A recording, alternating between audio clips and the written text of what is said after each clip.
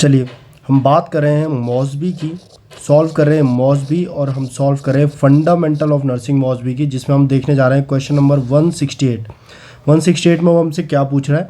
वो कह रहा है 4 day after abdominal surgery, patient की एब्डोमिनल सर्जरी हुई है, a client has not passed flatus and there is no bowel sound present नहीं है, पैरालिटिक इलियस इज सस्पेक्टेड।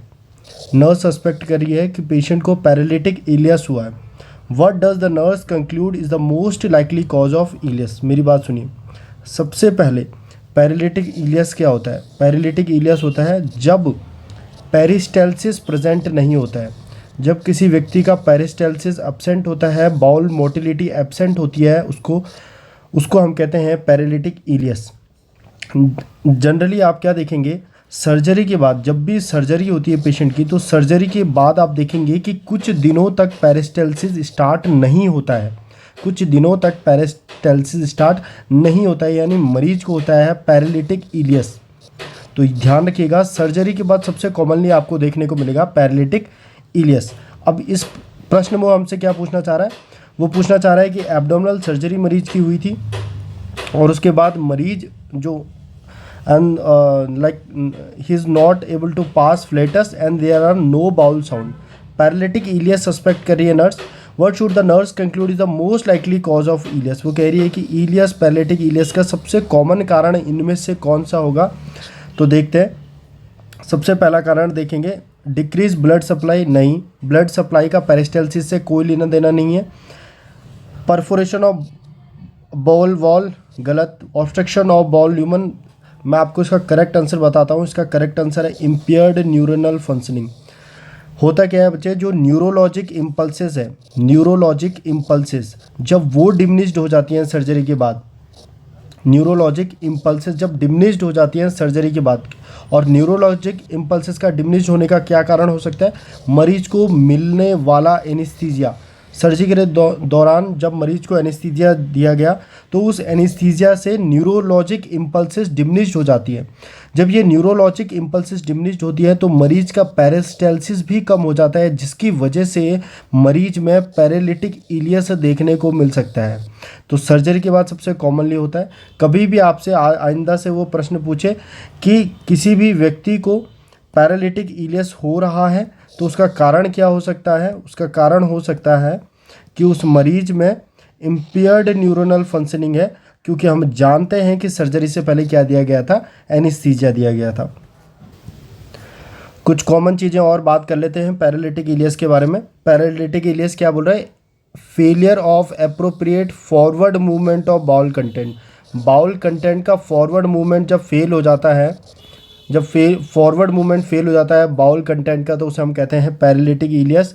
आप ध्यान देंगे, अगर आपको सर्जरी के बाद एब्डोमिनल डिस्टेंडेड लग रहा है, यानी बाउल मूवमेंट नहीं है, उस समय पे आपको एब्डोमिनल का डिस्टेंशन देखने को मिलेगा, वॉमिटिंग देखने को मिलेगी, और ख़ास बात एब्सेंस ऑफ बाउल साउंड देखने को मिलेंगे। अगर बाउल साउंड प्रेजेंट है तो समझ जाओ पेरिस्टेल्सिस प्रेजेंट है, अगर बाउल साउंड एब्सेंट है तो समझ जाइए पेरिस्टेल्सिस एब्सेंट है, पेरिस्टेल्सिस एब्सेंट है।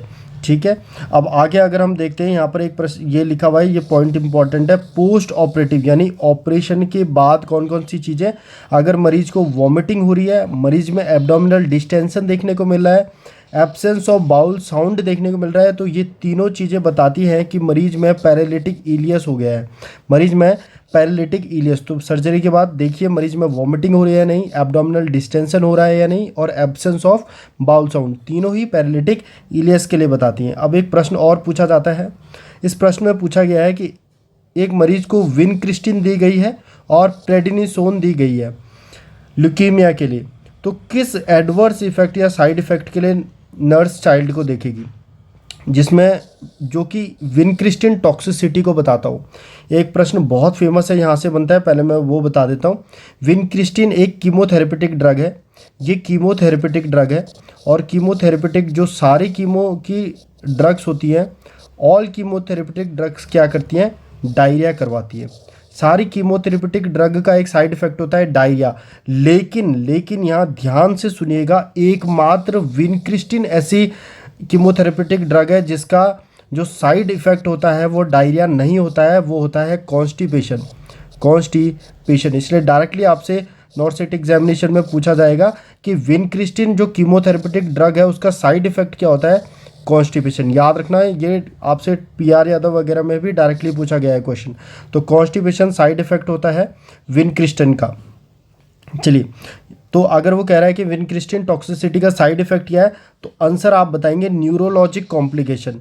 न्यूरोटॉक्सिसिटी कराती है, न्यूरोटॉक्सिसिटी कराती है। न्यूरोलॉजिक कॉम्प्लिकेशन होगा, नर्व इम्पल्सेस कम हो जाएंगी, नर्व इम्पल्सेस कम हो जाएंगी बाउल की, और जैसे ही नर्व इम्पल्सेस कम होंगी मरीज में कॉन्स्टिपेशन या फिर पैरालिटिक इलियस देखने को मिलेगा, पैरालिटिक इलियस देखने को मिलेगा। चलिए आगे बात करते हैं। यहाँ पर देखिए, आप आंसर पढ़ पा रहे होंगे कि विनक्रिस्टिन क्या होती है, हाईली न्यूरोटॉक्सिक होती है, जिसकी वजह से पैरेस्थीसिया हो जाता है, मसल का वीकनेस हो जाता है, टोसिस, डिप्लोपिया, पैरालिटिक इलियस, ये इंपॉर्टेंट है। वोकल कॉर्ड पैरालिसिस भी हो सकता है और loss of deep tendon reflex भी हो सकता है। हालांकि याद रखिएगा, loss of deep tendon reflex किसका साइड इफेक्ट है, बहुत फेमस क्वेश्चन है, MgSO4। MgSO4 अगर मैग्नीशियम सल्फेट किसी महिला को चल रहा है प्रीक्लेम्सिया या इक्लेम्सिया के लिए, उस कंडीशन में उसकी टॉक्सिसिटी तो नहीं हो रही है, ये देखने के लिए किसकी, MgSO4 की टॉक्सिसिटी देखने के लिए हम डीप टेंडन रिफ्लेक्स को देखते हैं। अगर वो लॉस हो रहा है तो हम मानते हैं कि MgSO4 की टॉक्सिसिटी हो गई थी। ये फेमस क्वेश्चन है, टारगेट हाई में पूछा जाता है। बाकी पैरालिटिक इलियस विनक्रिस्टिन की वजह से होता है, ये ध्यान रखिएगा, क्योंकि वह न्यूरोलॉजिक कॉम्प्लिकेशन कराता है। आगे बढ़ेंगे, नेक्स्ट क्वेश्चन देखेंगे। ये कह रहा है कि which of the following assessment should be priority for an infant who had surgery to correct an interception.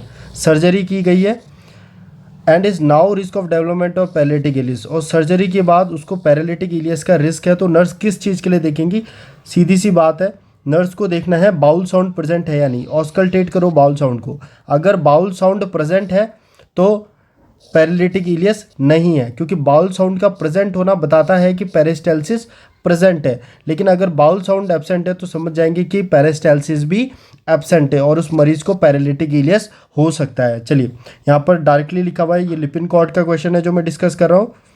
यहाँ पर लिखा हुआ है, development of paralytic ileus post operatively is a functional obstruction of the bowel. Functional obstruction of the bowel की वजह से होता है। Bowel sound initially may be hyperactive then diminish, bowel sound diminish हो जाते हैं।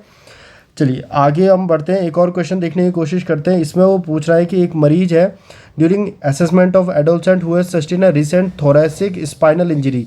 मेरी बात ध्यान रखना, कभी भी आप किसी क्वेश्चन में पढ़ो कि स्पाइनल इंजरी हो रही है तो दो बातें ध्यान रखना, उस मरीज का बाउल और ब्लैडर दोनों डिस्फंक्शन होगा। ब्लैडर से रिलेटेड प्रॉब्लम आएंगी, यूरिनेशन से रिलेटेड और बाउल से रिलेटेड प्रॉब्लम आएंगी उस मरीज को। The nurse auscultate the adolescent abdomen, उसके बाद थोरैसिक स्पाइनल इंजरी के बाद उसके एब्डोमन को ऑस्कल्टेट किया गया। The nurse explain to the parents that this is necessary because client with spinal cord injury often develop which of the following. अगर मरीज को स्पाइनल कॉर्ड इंजरी है तो उसकी वजह से उसे क्या हो सकता है, उत्तर जाता है पैरालिटिक इलियस। मैंने आपको बताया, देखिए एब्डोमिनल क्रैम्पिंग नहीं हो सकती, बाउल साउंड हाइपर एक्टिव नहीं हो सकता, सर्जरी के बाद हाइपो एक्टिव होता है, डायरिया का कोई लेना देना नहीं है। कभी भी स्पाइनल कॉर्ड अगर कोई भी इंजरी हो तो या तो बाउल को देखो या ब्लैडर को देखो, और यहाँ पर ब्लैडर का एक ही है, यहाँ पर बाउल का एक ही है, पैरालिटिक इलियस। वैसे भी सर्जरी हुई है तो आप समझ जाइए पैरालिटिक इलियस के चांस ज़्यादा हैं। तो यहाँ पर डायरेक्टली वो एक्सप्लेनेशन में लिख रहा है कि thoracic spinal cord injury involve muscle of lower extremity, bladder and rectum, वो मसल्स को इन्वॉल्व करता है ब्लैडर एंड रेक्टम के, जिसकी वजह से पैरालिटिक इलियस मरीज को हो सकता है। आगे बढ़ते हैं, आगे एक क्वेश्चन में लिखा हुआ है what is the most likely contributing to the client abdominal distension. ये सारे लिपिनकॉर्ड के क्वेश्चंस हैं जो मैं आपको करा रहा हूँ। अब देखिए यहाँ पर वो क्या कह रहा है, यहाँ पर कह रहा है एब्डोमिनल डिस्टेंशन किसी मरीज का इनमें से किस कारण की वजह से हो सकता है।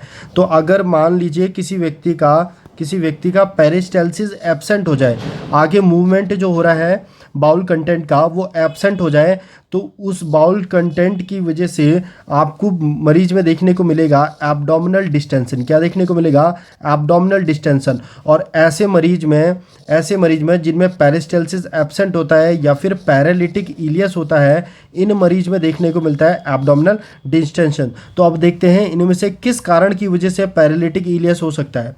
तो मेरी एक बात ध्यान रखना, मॉर्फिन याद रखना, क्योंकि आपको कई बारी मॉर्फिन को पेन के लिए यूज़ करना पड़ेगा और ध्यान रखना कि आप उसे पेन के लिए तो यूज़ कर रहे हैं, लेकिन आपको एक बात ध्यान रखनी पड़ेगी कि मॉर्फिन जीआई मोटिलिटी को कम करता है। मॉर्फिन जीआई मोटिलिटी को कम करता है, इसीलिए इनमें से मॉर्फिन वो ड्रग है जो पैरालिटिक इलियस कराएगी और उसकी वजह से मरीज में एब्डोमिनल डिस्टेंशन देखने को मिलेगा। तो ये इसका शानदार यहाँ पर एक्सप्लेनेशन दिया हुआ है।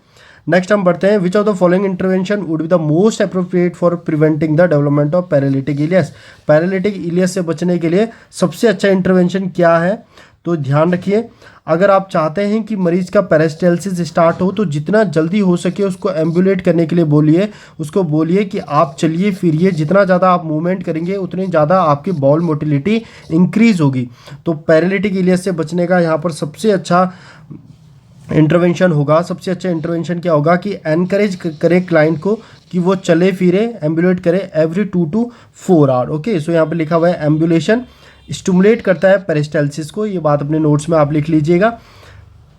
यहाँ पर इस स्लाइड में मैंने आपको पैरालिटिक इलियस से बनने वाले सारे क्वेश्चन समझा दिए हैं। पैरालिटिक इलियस से आज के बाद कोई भी क्वेश्चन आता है तो गलत होपफुली आप नहीं करेंगे। आने वाली स्लाइड्स में कुछ और क्वेश्चंस की बात करेंगे, तब तक के लिए थैंक यू।